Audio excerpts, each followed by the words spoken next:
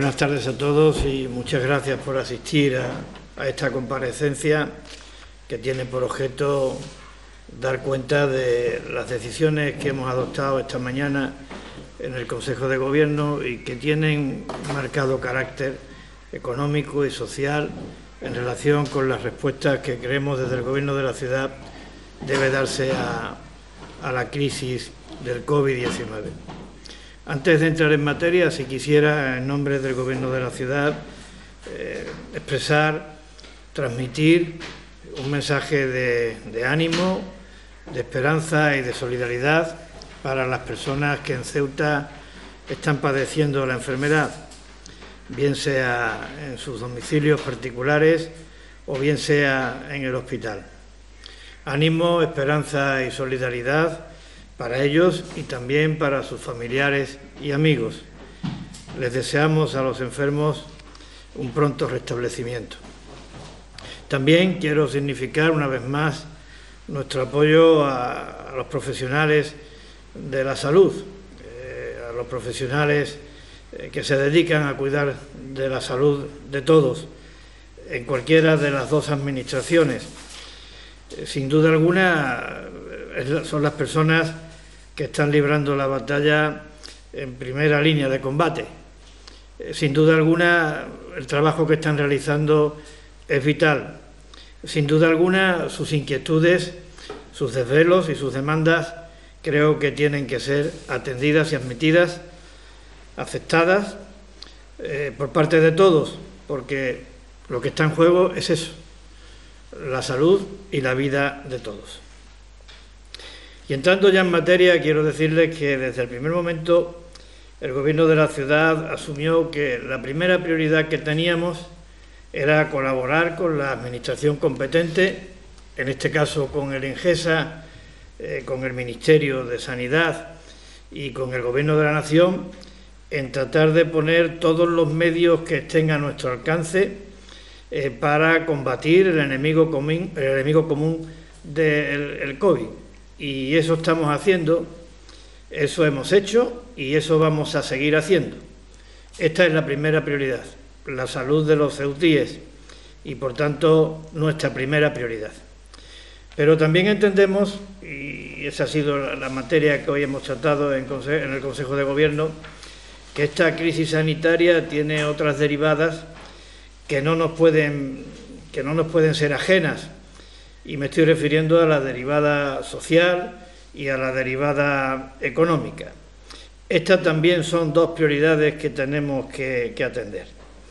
Desde el punto de vista social, para atender a los más necesitados, para atender a las emergencias que desde este ámbito surgen como consecuencia de la pandemia, y desde el punto de vista económico, porque creo que tenemos el deber, por tanto la obligación, de echarles una mano a nuestro tejido productivo, a nuestras empresas, en particular a las pymes y a los autónomos de Ceuta, echarles una mano para que puedan sobrevivir a la crisis, para que cuando pase la crisis sanitaria estén en condiciones de poder retomar el pulso ordinario de su actividad.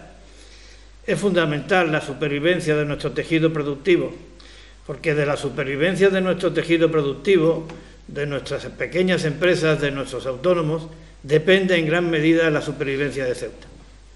Por tanto, no podemos eludir esta prioridad. Y al servicio de este objetivo, de tratar de atender estas dos prioridades, la de carácter social y la de carácter económico, el Gobierno de la ciudad en el día de hoy ha diseñado un paquete de medidas que creemos que pueden ser eficaces a los fines pretendidos, al menos, si no para resolverlos, sí al menos para paliar los gravísimos efectos que la crisis sanitaria está teniendo en el ámbito social y en el ámbito económico. Empezando por el ámbito social, la medida que sugerimos y que contemplamos es la dotación de un fondo extraordinario por importe de 6,3 millones de euros que iría destinado a atender las situaciones de emergencia que en estos momentos se están decretando y al mismo tiempo a fortalecer de una manera sustancial los recursos con que cuenta el área de servicios sociales de la ciudad para atender fundamentalmente las ayudas en alimentos y otras prestaciones básicas, las becas y de comedor y adquisiciones de libros, la ayuda domiciliaria y otras prestaciones, como digo, de análoga naturaleza. Fortalecer esa dotación de recursos para que podamos tener capacidad de respuesta ante estas necesidades de los más vulnerables, de quienes peor lo pasan como consecuencia de la crisis. Y en lo que se refiere al apoyo del tejido productivo, en el paquete de medidas que hemos diseñado, hemos considerado también oportuno diferenciar las medidas que pudiéramos considerar urgentes e inaplazables de aquellas otras que podemos considerar que pueden y deben llevarse a cabo a corto plazo. Entre las medidas consideradas urgentes e inaplazables, a su vez, cabe establecer una diferenciación en dos apartados. Uno sería el relativo a la inyección de oxígeno a este tejido productivo, a nuestras empresas, a nuestros autónomos que lo están pasando mal, como digo, para que puedan mantener la actividad, para que puedan sobrevivir, inyección directa. Y la otra sería también una inyección, pero a través de la fiscalidad, serían medidas fiscales. En el primero de estos apartados, el que se refiere a medidas que suponen inyección directa de oxígeno a nuestras empresas, hay tres actuaciones. La primera es crear un fondo extraordinario de 10 millones de euros que estaría destinado básicamente, fundamentalmente, a las microempresas y autónomos de nuestra ciudad. Este fondo de 10 millones de euros sería gestionado por Procesa de conformidad con las bases que apruebe la consejera de Economía y Hacienda. En principio, consideramos en el Gobierno que deben en esas bases respetarse algunos criterios que nos parece, como digo, deben ser tenidos en cuenta. El primero de ellos, que podrán ser beneficiarios de las ayudas los autónomos y las empresas que cuenten con menos de 10 trabajadores, que acrediten que están en dificultades de mantenerse como consecuencia de la crisis del COVID y que no facturen al año más de 2 millones de euros. Por tanto, es una medida centrada en los autónomos y en las microempresas de Ceuta. ¿A qué pueden destinarse las ayudas que reciban? Pues puede destinarse a todo lo que forma parte de la estructura de los gastos de funcionamiento de estas empresas. Es decir, a los sueldos y salarios, a las cotizaciones a la Seguridad Social, a los alquileres, al pago de impuestos, a los suministros básicos, a la luz, al agua, a todo lo que hace falta para mantener en pie un negocio, para levantar todos los días la persiana, para que los ciudadanos nos entiendan a qué nos estamos refiriendo.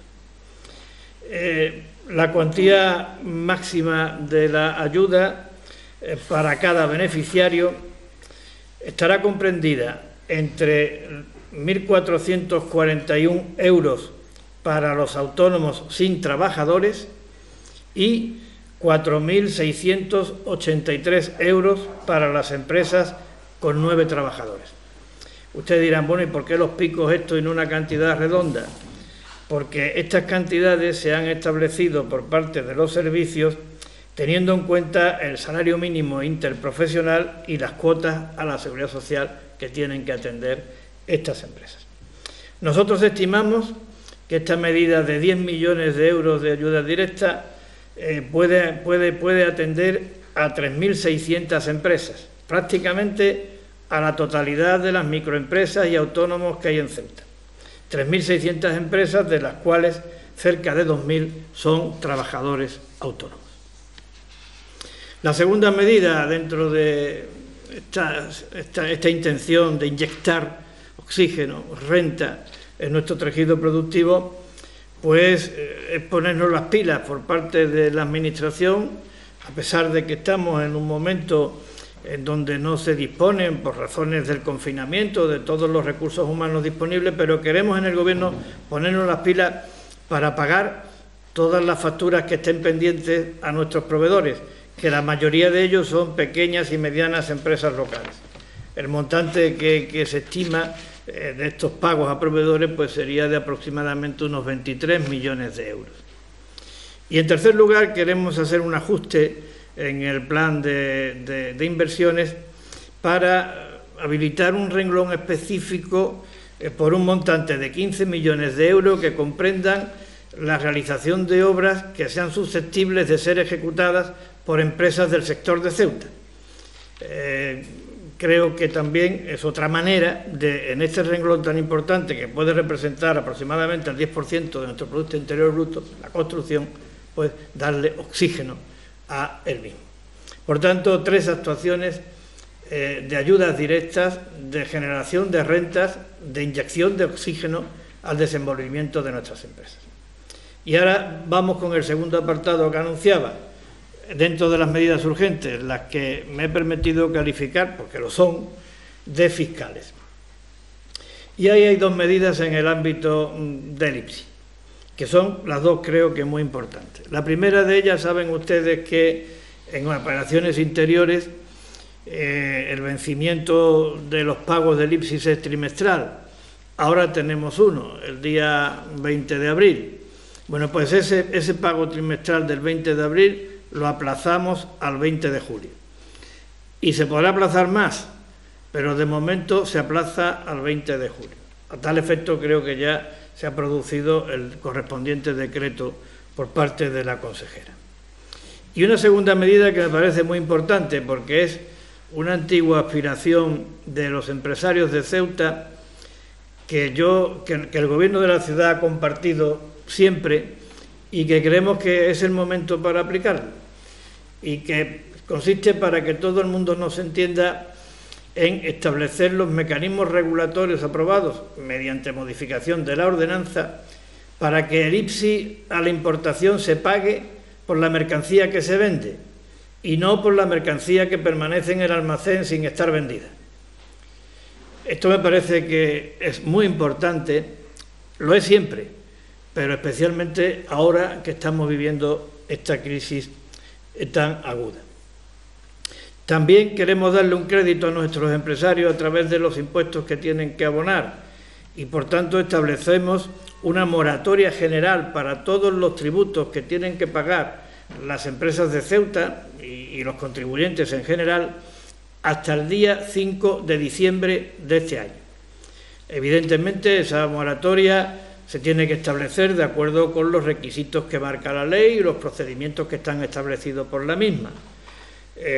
Por tanto, tiene que ser solicitada, habrá que acreditar que se cumplen los requisitos, pero establecemos una novedad importante, y es que habrá que presentar avales para obtener la moratoria hasta el 5 de diciembre en los casos en que la deuda tributaria o la cuota tributaria a satisfacer supere los 30.000 euros.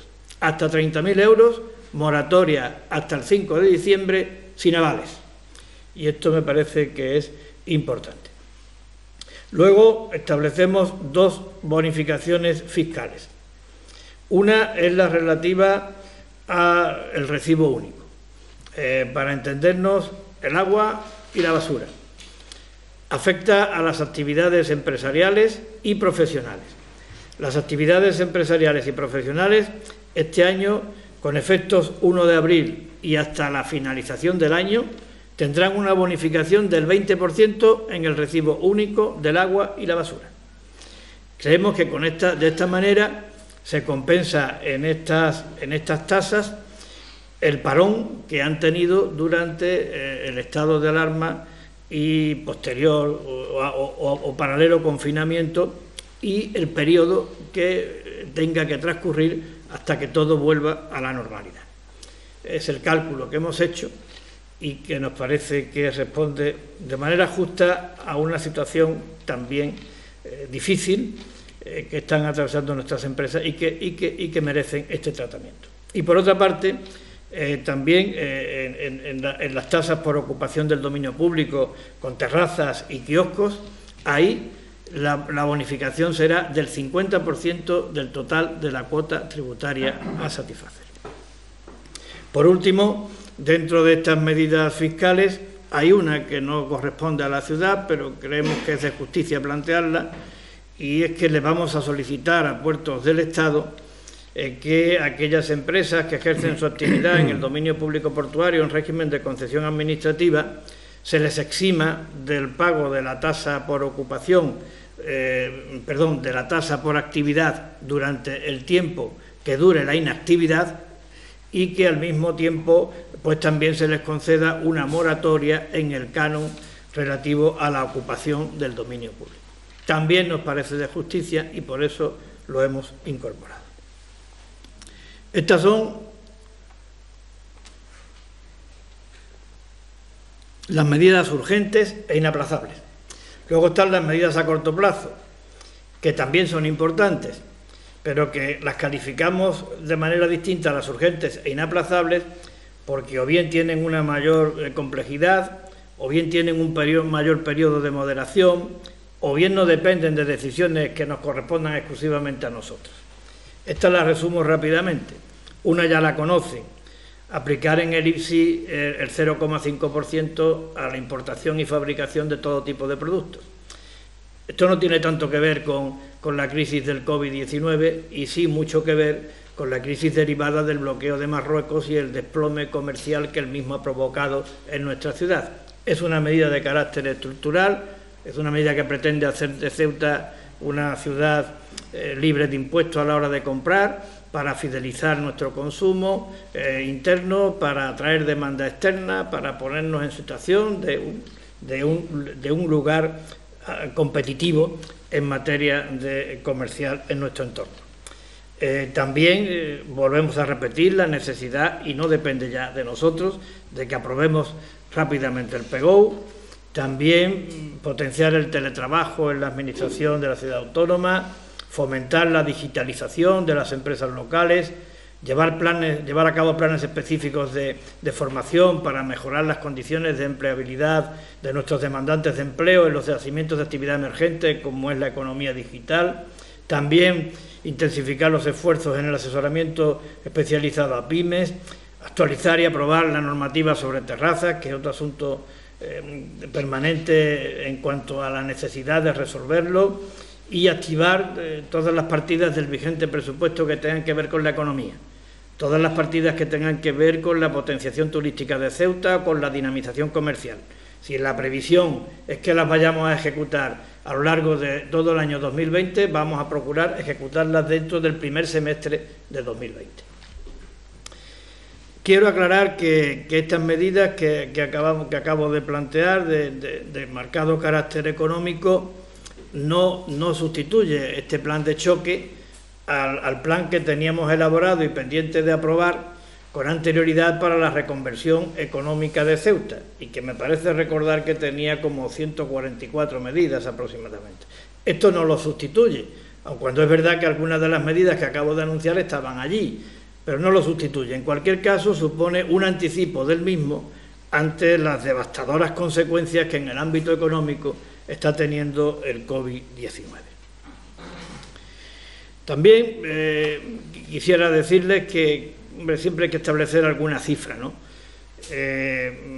Luego, lo de los fondos y la cuantía de los mismos ya lo he anunciado, pero quiero decirles que haciendo cálculos objetivos, este plan de medidas que estamos diseñando supone una movilización de recursos aproximadamente de 70 millones de euros, que para una entidad como la nuestra nos parece que es una cifra muy significativa si la comparamos con el presupuesto de la ciudad. Yo sinceramente creo y creo que no estamos ahora para apuntarnos ningún tanto ni para ponernos plumas. No lo debemos de hacer. pero creo sinceramente que nunca se ha hecho una cosa, o nunca se ha pretendido hacer una cosa igual. Es una cantidad muy importante un porcentaje muy importante dentro de nuestro presupuesto, pero incluso lo es dentro del total del PIB de Ceuta, porque aproximadamente puede representar el 5% de todo el Producto Interior Bruto de Ceuta. Pero insisto, es una necesidad, porque si no atendemos la emergencia social, estaríamos faltando a una de nuestras principales prioridades. Y si no atendemos al mantenimiento del tejido productivo, no estamos haciendo lo debido para evitar el que Ceuta sufra un golpe del que podría no levantarse. Por tanto, es arriesgado lo que vamos a hacer. Va a implicar probablemente sacrificio lo que vamos a hacer, pero lo hacemos por la supervivencia de Ceuta. Y eso creo que debe quedar absolutamente claro. También quiero decir que esto yo lo he calificado como el diseño de un plan de medidas de choque, y no he querido ir más allá de la calificación, no he querido ser más pretencioso, porque hay que tener en cuenta que para que esto se lleve a cabo se tienen que cumplir dos condiciones. La primera, que el Pleno de la Asamblea apruebe algunas de las actuaciones o algunos de las herramientas e instrumentos que hacen posible la viabilidad del plan.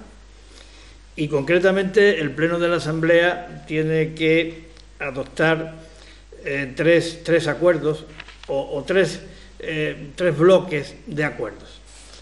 El primero de ellos tiene que ver con viabilizar financieramente el plan.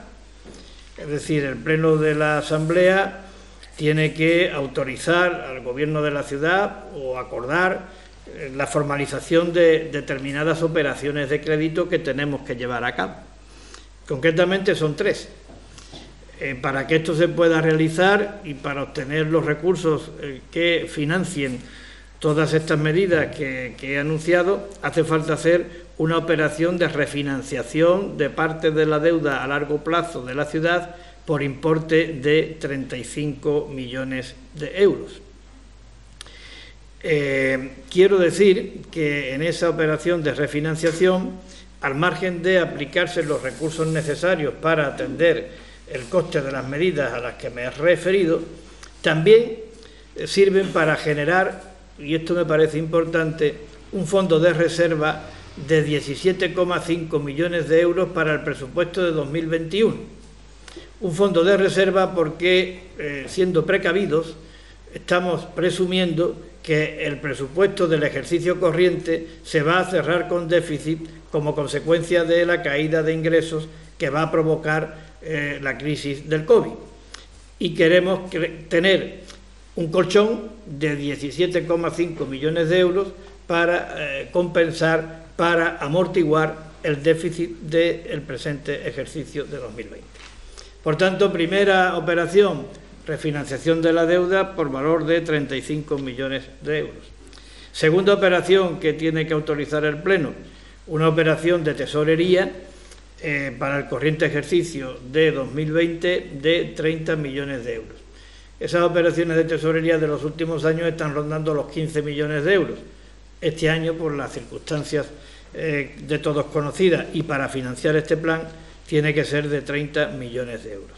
Y la tercera, pues cumplir y autorizar también con las previsiones que para la financiación de las inversiones están contempladas en el mismo presupuesto. Por tanto, tiene el Pleno que autorizar estas tres operaciones financieras. También el Pleno tiene que llevar a cabo y aprobar las revisiones de las ordenanzas fiscales que tengan que ser modificadas para cumplir con algunas de las medidas que están contenidas en el plan de actuaciones y, en concreto, en las medidas de tal naturaleza tributaria. Y, en tercer lugar, tiene que aprobar, en tercer bloque de actuaciones, tiene que aprobar el expediente de modificación de créditos que permita habilitar el fondo de 6,3 millones de euros para fines sociales, el fondo de 10 millones de euros para atender de manera directa a las microempresas y a los autónomos y 300.000 euros para atender la compra de material sanitario que por emergencia hemos llevado a cabo. Esta es una de las condiciones. La otra condición, que los bancos nos den el dinero que les vamos a pedir, que se puedan formalizar estas operaciones. Yo creo que estamos en condiciones de que nos lo puedan dar, y creo que estamos en condiciones porque esta administración es una administración financieramente solvente. Y lo es porque también durante los últimos años se ha hecho un esfuerzo enorme de amortización de deuda. Creo que en los últimos años esta administración ha amortizado más de 100 millones de euros de deuda. Por tanto, ahora está en unos niveles de endeudamiento que le permiten poder acometer esta operación extraordinaria sin riesgo de la solvencia de la institución. Los primeros contactos con los bancos apuntan a que es factible, pero hasta que no se le pueda plantear en concreto las operaciones, pues no podemos afirmar con rotundidad nada, y quien primero se tiene que pronunciar es el Pleno. También vamos a procurar, en relación con la primera condición, y se me ha olvidado decirlo, el contacto con los distintos grupos políticos, que empezaremos inmediatamente, hoy mismo. Hoy mismo empezaremos a hablar con los distintos grupos para contarles el diseño de este plan y para recabar su apoyo en relación con los acuerdos que tiene que adoptar el Pleno de la Asamblea. Y ya termino diciendo que aquí han estado implicadas todas las áreas de la ciudad, desde la vicepresidencia a todas las consejerías, y yo quiero destacar, porque es justo hacerlo y necesario, el excelente trabajo profesional que han llevado a cabo los profesionales de esta casa, en particular los profesionales que prestan sus servicios en Procesa, en servicios tributarios y en el área de Economía y Hacienda, porque creo que sin su concurso, sin su alto nivel de cualificación profesional, este plan, este diseño de plan no habría sido posible. Alguna cosa se me habrá olvidado, pero seguro que ustedes me las recordarán ahora a través de las preguntas.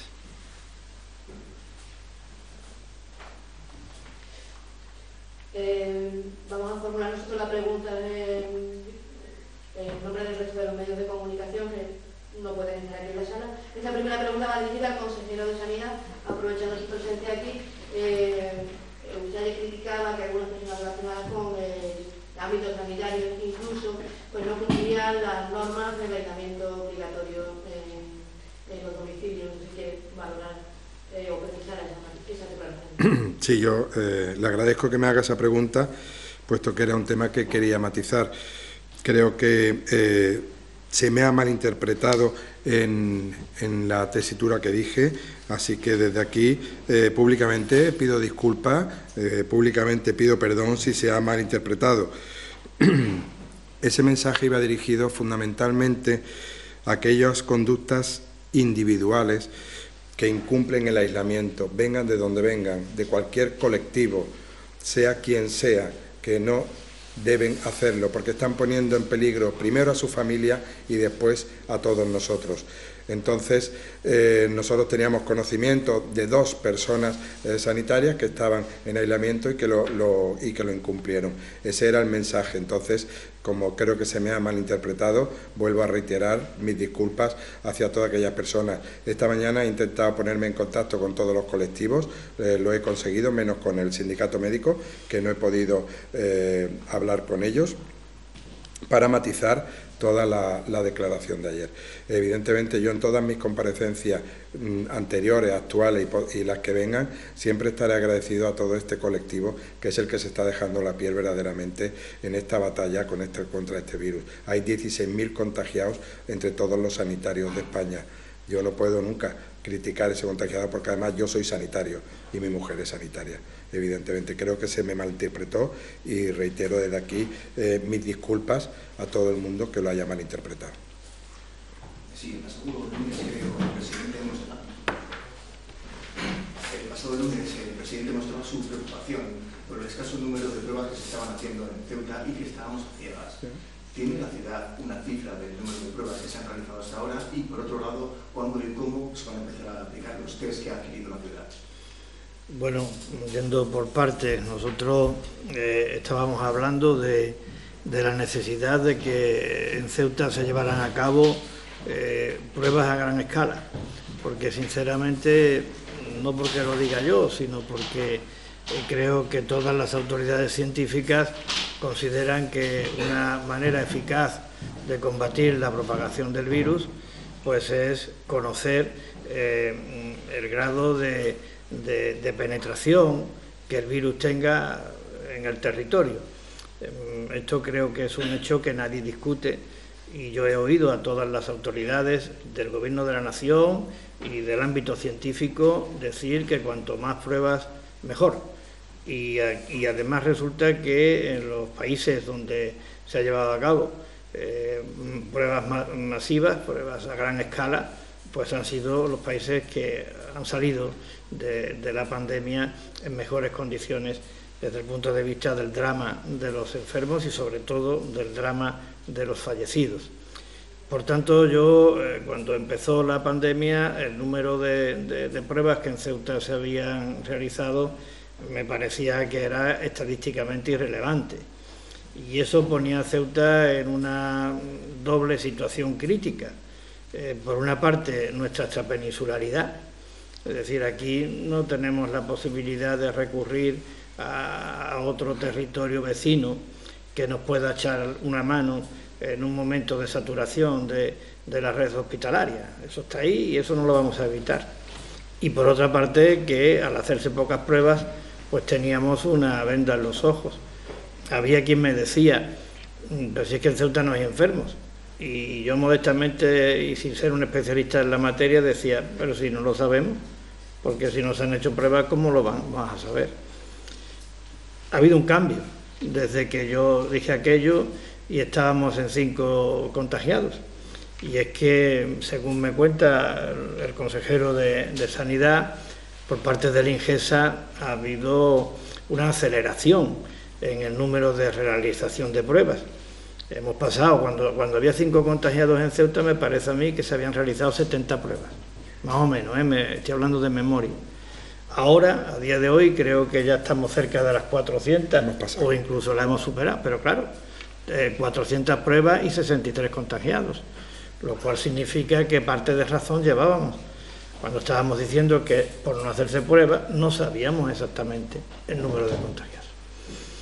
Esa es la cuestión. Yo animo al INGESA a que continúe, animo y apoyo al INGESA a que continúe con el ritmo de realización de pruebas, cuanto más mejor, porque este es un enemigo invisible, no sabemos dónde está y por tanto lo que hay es que tenerlo localizado. Primero se le localiza y luego se le aísla, pero hay que localizarlo. Si no lo localizamos es difícil que lo podamos aislar al margen del acierto en las medidas del confinamiento, ¿no? Y en cuanto a las pruebas que nosotros vamos a realizar, nosotros en cuanto nos llegue el material, que parece que empieza a llegar a primeros de la semana que viene, ahora se ha tensionado todavía más los suministros y el mercado como consecuencia de la demanda que de este material se está haciendo desde Estados Unidos. Nosotros, en cuanto que nos llegue el material, lo vamos a poner a disposición de INGESA. Aquí quien está gestionando, porque debe, porque tiene los medios y las competencias, es el INGESA.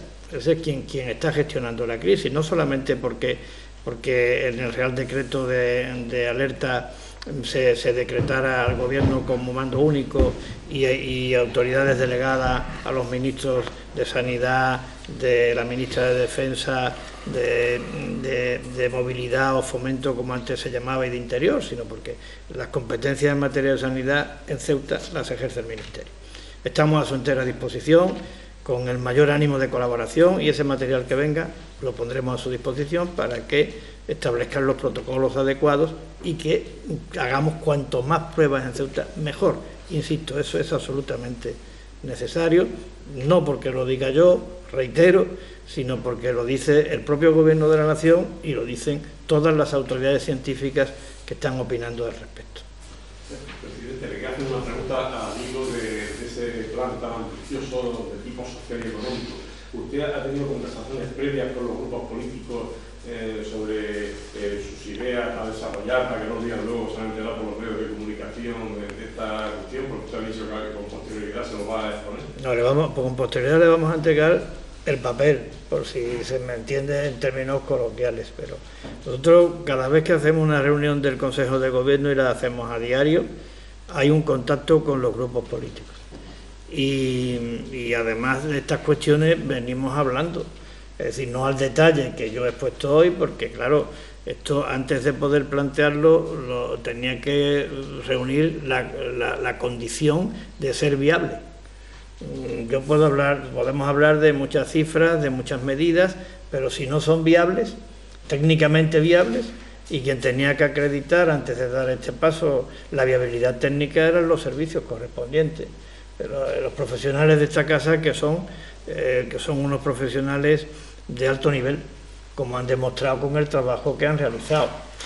Esto se consumará a través del tiempo y tendrá un primer hito político importante, que es la celebración del Pleno. Nosotros, el Pleno cuando sea necesario, es decir, cuanto antes mejor, porque cuanto antes pondremos en marcha las medidas, y si lo tenemos que hacer por videoconferencia, lo haremos por videoconferencia. Estamos preparados para ello, y si lo tenemos que hacer durante la próxima semana, aun cuando haya muchos días festivos, lo haremos durante la próxima semana y por muchos que sean los días festivos. Pero en esos contactos que mantenemos con los portavoces de los distintos grupos, lo que le puedo decir es que la sensibilidad es compartida. Y otra cosa, nosotros no nos queremos apuntar, ya lo he dicho antes, las cosas no están ahora en el conjunto de España y en Ceuta en particular para que nadie trate de sacar rédito político de esto. Nosotros no lo vamos a hacer, no nos vamos a poner ninguna pluma. Si esto sale, será cosa de todos, porque creo que la situación en España y en Ceuta en particular es de tanta gravedad que hay que arrimar el hombro entre todos y que hay que aparcar los protagonismos personales y los intereses partidistas para ponerlos todos al servicio de la causa común. Y la única causa común es combatir y ganarle al COVID-19. Y que cuando le ganemos al COVID-19, todas las instancias y la economía en particular pueda retomar cuanto antes el pulso, porque eso es lo que nos va a devolver la vida ordinaria que antes llevábamos. No la podremos hacer si no hay actividad económica, si no hay empresas que funcionen y que creen empleo, y ahora hay que echarles una mano, y para eso estamos. ¿Qué más da? Que la haga un partido o que lo haga otro partido. Lo importante, sinceramente, creo que es que se haga.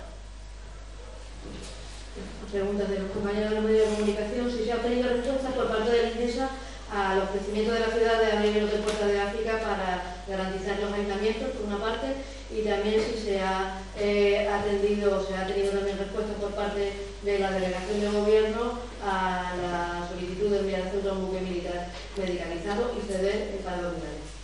Bueno, lo del Puerta de África fue una medida que tomamos, una decisión que tomamos hace ya bastante tiempo, y cada vez que hay una reunión de coordinación con la delegación de gobierno, pues se plantea esta cuestión. Es decir, este ofrecimiento está ahí. Lo que ocurre es que ya dije yo en mi anterior comparecencia que el cómo, el cuándo y el para qué lo decidirán las autoridades sanitarias, INGESA en concreto. Decidirá cómo, cuándo y para qué, evidentemente con la audiencia y el asesoramiento del área de sanidad de la ciudad, que está para colaborar en lo que haga falta, con todos los medios que estén a nuestro alcance. Satisfactoriamente, además, se ha añadido como un recurso complementario el parador de la muralla, también para cubrir determinadas contingencias. Pero eso lo resolverá el INGESA en colaboración, por supuesto, con la ciudad.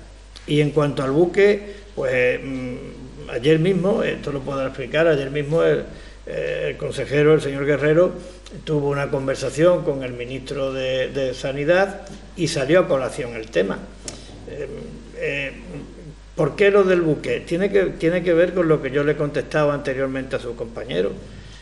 Es decir, si Ceuta es extrapeninsular, si Ceuta no puede recurrir a recursos hospitalarios de otro territorio vecino ante una situación de saturación del sistema hospitalario, ¿dónde vamos?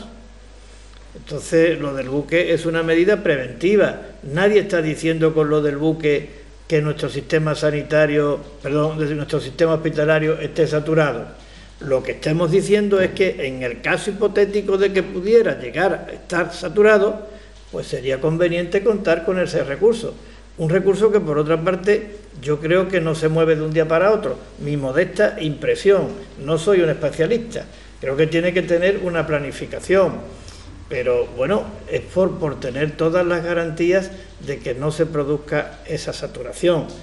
Ese recurso para la contingencia que estoy exponiendo, o cualquier otro que estimen las autoridades competentes, pero en última instancia lo que pretendemos, como creo que también pretende, y no me cabe la menor duda que pretende el Ministerio de Sanidad, autoridad competente en la materia, es dar seguridad y proteger la salud de los ceutíes. No me cabe la menor duda que esa es la intención. Y nosotros, al servicio de esa misma intención, lo que hacemos es aportar ideas dentro de nuestras posibilidades.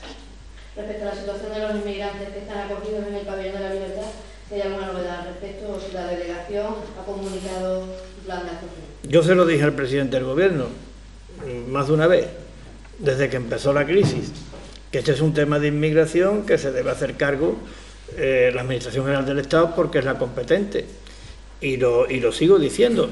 Yo creo que, y esto lo digo desde un ánimo absolutamente constructivo, y de lealtad institucional, y no es retórica, es absoluta sinceridad. Yo creo que en relación con el Pabellón de la Libertad, la ciudad está haciendo todo lo que puede y, si se me permite la expresión, más de lo que debe. Porque estamos hablando de un tema de inmigración. Y bueno, cualquier persona puede pensar, cualquier ceutí puede pensar que si son inmigrantes, si están en Ceuta en una situación irregular, ¿por qué no están en el CETI? Que es un centro que está establecido para los inmigrantes en situación irregular. Esto mucha gente me lo ha preguntado, no digo por la calle porque salimos poco, pero por teléfono mucha gente me ha preguntado, bueno, ¿esto por qué no se hace? Y esto mismo se lo trasladé yo al presidente del Gobierno. Yo no quiero culpar de esto a las delegadas del Gobierno, no, ni a nadie, yo no estoy aquí para culpar a nadie, pero yo se lo dije al presidente del Gobierno, estaba presente el ministro del Interior y no paramos de repetirlo. Es decir, es que la ciudad está sufragando la manutención, la estancia y hasta la vigilancia. Vigilancia con alteraciones del orden público incluidos. Entonces, creo que esto no es normal. Esto no debería ser así porque estamos hablando de inmigración y estamos hablando de una competencia que no le corresponde a la ciudad. Yo espero que se resuelva. Y lo que estoy diciendo no lo digo con ánimo de confrontar. Ahora tenemos que estar todos centrados en lo que tenemos que estar, en la lucha contra el COVID. Pero si me preguntan, tengo que decir mi opinión, porque de lo contrario estaría hurtando el legítimo derecho que tienen los ceutíes de saber lo que piensa su presidente. Respecto a las medidas anunciadas en esta rueda de prensa, ¿cómo se va a desarrollar el plan de emergencia social? Que sería un fondo ampliable, por una parte. Y luego, cuando se habla de medidas urgentes, ¿cuándo podrían percibir las empresas esas ayudas? ¿Cómo? Hombre, nosotros vamos a empezar a trabajar de manera inmediata. Las bases están ya redactadas. Las bases, como he dicho, corresponde a su aprobación a la consejera de Economía y Hacienda. Queremos que sean unas bases consensuadas con todos los grupos políticos.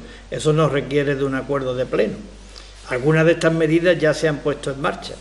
y yo creo que empezaremos a andar desde el momento en que el Pleno se pronuncie, pero tendremos mucho trabajo adelantado para que cuando el Pleno se pronuncie, al día siguiente estemos ya recibiendo solicitudes de ayuda por parte de los empresarios de Ceuta, por parte de los autónomos de Ceuta. ¿Y si se ha contado con los agentes sociales a la hora de establecer y diseñar esta medida? No hemos parado de hablar con las organizaciones empresariales en todos estos días. Ceuta es una ciudad que facilita esos contactos y desde que se decretó el estado de alerta no hemos parado de hablar con ellos. Por tanto, esos contactos han servido y mucho para la configuración de este paquete de medidas de choque. Y respecto a la adquisición de los test rápidos y de otro material sanitario, si hay alguna previsión ya temporal de cuándo puedan llegar. Sí, en relación al material sanitario que se ha adquirido por parte de la ciudad, esperemos que esté aquí en los próximos días, muy tarde el lunes, porque ya había llegado a España hace 48 horas, ya el tiempo de llegar a Ceuta y que poder entregarlo. Y en relación a los kits, estamos a la par que el resto de comunidades españolas, las recibiremos igual que lo recibirá Andalucía y esperemos, como ha dicho el presidente, que también a principios de la semana podamos ya contar aquí con algunos kits para empezar a trabajar junto al Ingesa.